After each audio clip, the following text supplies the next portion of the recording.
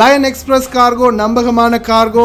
இதோ நீங்களும் தொடர்பு கொண்டு உங்களுடைய கார்கோ பொருட்களை அனுப்பலாம். 90 93 61 67 தொடர்புக்கான இலக்கம் 66 16 84 14. இன்னொரு இலக்கம் 55 17 27 47. அதே போல் இன்னுமொரு இலக்கம் 50 53 79 39. இன்னுமொரு இலக்கம் 99 69 84 94. அஸ்ஸலாமு அலைக்கும் வரஹ்மத்துல்லாஹி வபரகாத்துஹு. அன்பார்ந்த அனைத்து உறவுகளுக்கும் இனிய மதிய வணக்கம். இந்த நாள் உங்கள் அனைவருக்கும் சிறந்த நாளாக அமைய எல்லாம் வல்ல இறைவனை பிரார்த்தித்தவனாக அனைவர் மீது சாந்தியும் சமாதானமும் உண்டாகட்டும். இன்றும் கோயத்துடைய பல முக்கியமான செய்திகளை பற்றி தான் பார்க்க போகிறோம். வீடியோவை கடைசி வரைக்கும் பாருங்கள். தெரியாத நண்பர்களுக்கு மறக்காமல் ஷேர் பண்ணுங்கள். வீடியோ பிடிச்சிருந்தா அவங்க லைக் பண்ணுங்கள், சப்ஸ்கிரைப் பண்ணுங்கள். இலங்கைக்கு, அதாவது இலங்கை அரசாங்கத்துக்கு நீங்கள் பணம் அனுப்பணுமாக இருந்தால், உங்களுடைய நிவாரண பணத்தை நீங்கள் அனுப்பணுமாக இருந்தால் அல் முசைனி எக்ஸ்சேஞ்ச் மூலம் தாராளமாக அனுப்ப முடியும். எந்த ஒரு கட்டணமும் அறவிடப்பட மாட்டாது. அந்த பணம் ஃப்ரீயாகவே உங்களுக்கு அனுப்பி கொடுப்பாங்க. அதே மாதிரி இலங்கை தூதரகத்தால் தற்போது ஏற்பாடு செய்யப்பட்டிருக்கும் நிவாரண பொருட்கள் சேகரிப்பு மையம் தற்போது சிறப்பாகவே நடந்துகிட்டு இருக்குது. நீங்களும் உங்களுடைய நிவாரண பொருட்களை இலங்கை தூதரகத்திடம் கொண்டு போய் ஒப்படைக்கலாம். குவைத்தின் தடை செய்யப்பட்ட பொருட்கள், தொம்மியின் பொருட்கள் 6 மாதத்துக்கு மேலாக இருக்க வேண்டும் காலாவதி திகதி. நீங்களும் உங்களுடைய உதவி பொருட்களை தூதரகத்துக்கு நேரடியாக கொண்டு போய் செலுத்த முடியும். பார்க்கலாம் அனைத்து தகவல்களையும். முதலாவதாக இலங்கையினுடைய தினார் மதிப்பை பார்த்துடலாம். 996 ரூபாய் 16% இருக்கிறது குவைத்துடைய ஒரு தினாரின் மதிப்பு. அதே போல் இந்தியாவின் ரூபாயில் ஒரு தினாரின் மதிப்பு 291 ரூபாய் 50% உள்ளது. இது அல் முசைனி எக்ஸ்சேஞ்சுடைய அப்ளிகேஷன் ஆன்லைன் ரேட் ஆகும். குவைத்தில் பல இடங்களில் முசைனி எக்ஸ்சேஞ்சுடைய பிரான்ச் இருக்குது. அதே மாதிரி ஜமியாக்கள்லையும் அவங்களுடைய மெஷின்கள் இருக்குது. உங்களுடைய பணத்தை அனுப்பிக்கொள்ள முடியும். பல எக்ஸ்சேஞ்சுகள்லையுமே அக்கௌண்ட் நம்பரை மறைச்சிடுறாங்க. இதை பற்றியும் உங்களுக்கு தொடர்ந்துமே தெரியத்தாவது. நீங்கள் ஏதாவது ஒரு புதிய எக்ஸ்சேஞ்சுக்கு பழைய பற்று சீட்டோட போகிறீங்களா இருந்தால் நிச்சயமாக அதில் அக்கௌண்ட் நம்பர் சரியாக இருக்கா அப்படின்றத செக் பண்ணிக்கோங்க. அப்படி இல்லாத பட்சத்தில் எழுதிட்டு போனாலும் பிழை இல்லாத அக்கௌண்ட் நம்பரை எழுதிட்டு போங்க.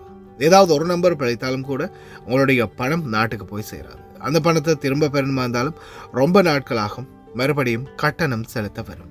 அதே போல் எக்ஸ்சேஞ்சுகளில் பணம் அனுப்பி முடித்ததும் மறக்காமல் பற்றுச்சீட்டை செக் பண்ணி பாருங்கள் எல்லா டீட்டெயில்ஸும் சரியாக இருக்குதான்னு.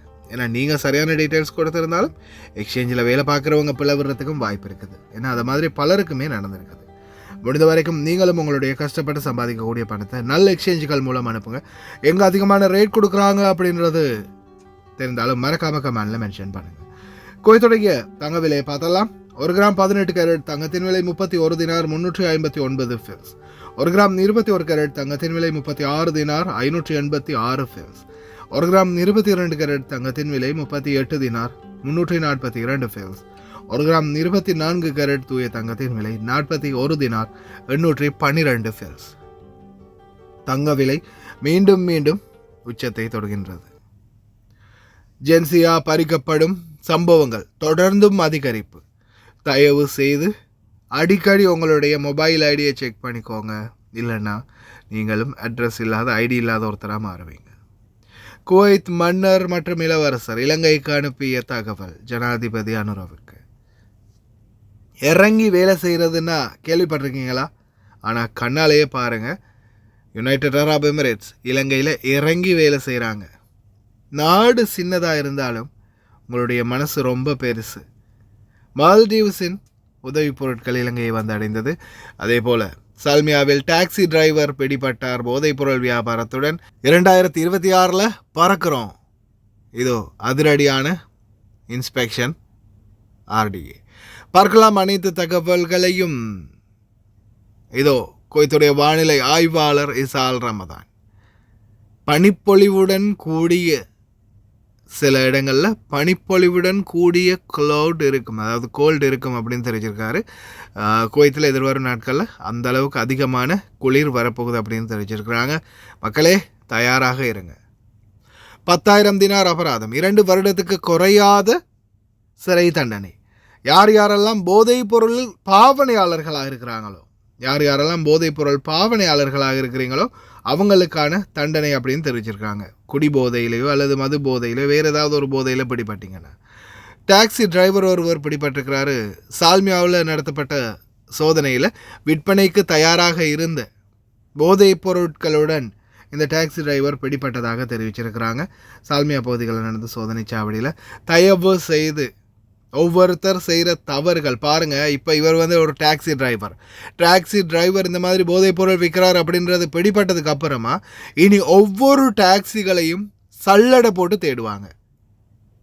எல்லா டாக்ஸிகளையும் செக்இன்களில் கூட நிறுத்தினாலும் ஃபுல்லாகவே கம்ப்ளீட்டாக செக் பண்ணுறதுக்கு வாய்ப்பு இருக்குது.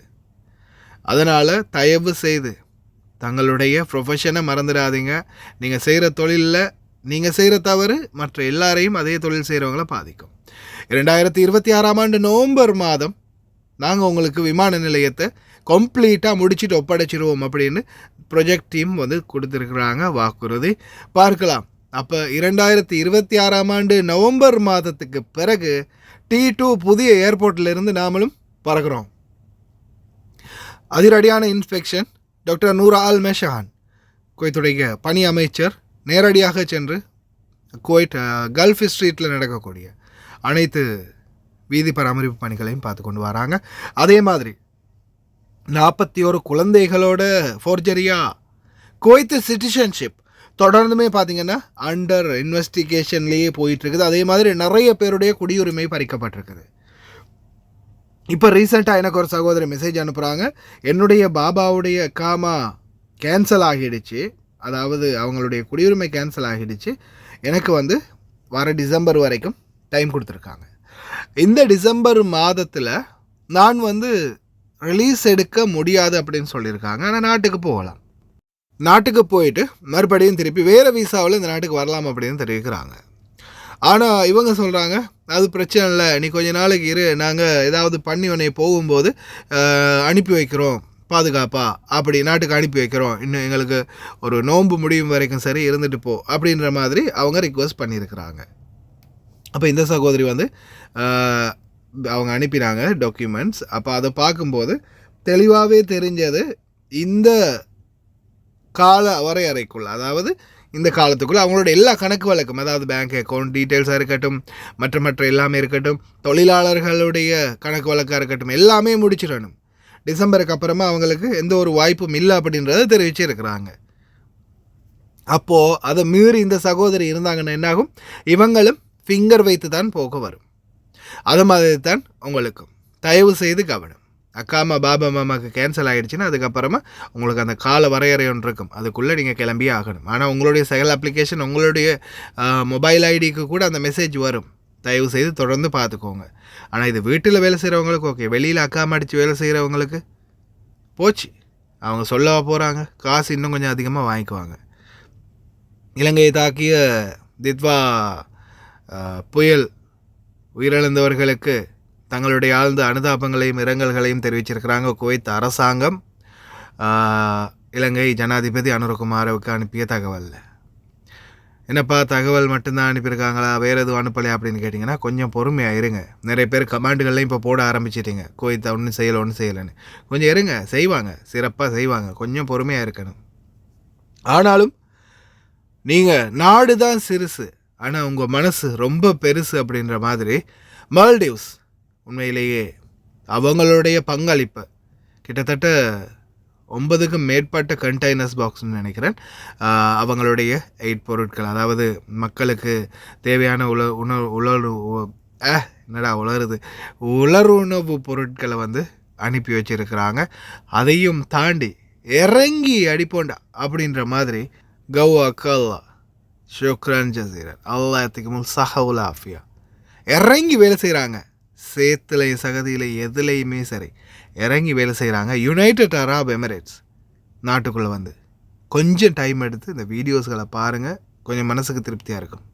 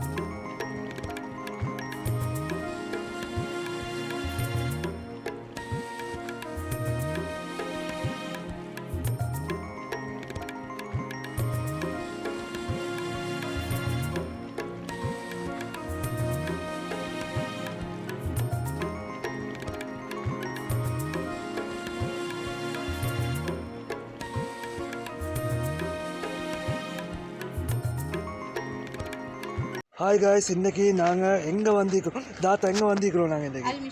அல் மிஷாயில். நீங்கள் எப்போ ஆர்டர் பண்ணீங்க தாத்தா? நான் இன்றைக்கி ஈவினிங் தான் ஆர்டர் பண்ணேன். இந்த கூட ஆர்டர் பண்ணீங்க? எனக்கு எமர்ஜென்சியாக இந்த சாமானம் கொஞ்சம் எனக்கு வேணுமென்றதுக்காக வேண்டி இதனால் வந்து எனக்கு அவசரமாக இப்போ நைட்டு 10:15 எங்கேயும் ஆகுது. ஸோ அவர் எனக்கு அவசரம் அப்படின்றதுக்காக வேண்டி அவர் எனக்கு பணம் தந்தார். ஸோ இவங்களோட சேவையை பற்றி நீங்கள் எதுவும் கவலைப்பட வேண்டிய அவசியம் கிடையாது. அவங்க சொன்ன டைமுக்கு எங்களுக்கு எமர்ஜென்சியாக தேவைன்னு சொன்னால் அந்த டைமுக்கு அவங்க எல்லா சாமானத்தையும் கொண்டு எங்கள்கிட்ட ஒப்படைச்சிடுவாங்க. ஸோ காய்ஸ், நீங்களாக இருந்தாலும் தாராளமாக எந்த ஒரு பயமும் இல்லாமல் இவங்களோட கார்கோவாக இருக்கட்டும், கார்கோவும் இவங்க செய்கிறாங்க. ஸோ ஜெமியாவும் இவங்கள்கிட்ட இருக்குது, காகில் குக் சிட்டி ஒன்று இருக்குது. சாமானமும் நீங்கள் ஆர்டர் பண்ணலாம் தைரியமாக, எந்த ஒரு இதுவும் எதிர்பார்க்காம அவங்க சமூக சேவையை செஞ்சு முடிப்பாங்க. தேங்க்யூ ஸோ மச் தாத்தா. தேங்க்யூ. இந்த தாத்தாவோட ஆர்டர் வந்து இதுதான். நீங்களும் ஒரு 20 கேடிக்கு மேலே ஆர்டர் பண்ணிங்கன்னா நீங்கள் எங்கே இருந்தாலும் பிரச்சனை இல்லை, உங்களோட வீட்டுக்கே வந்து டெலிவரி பண்ணி தருவோம். இன்ஷா அல்லாஹ் இன்னொரு வீடியோவில் சந்திப்போம். Thank you, bye bye.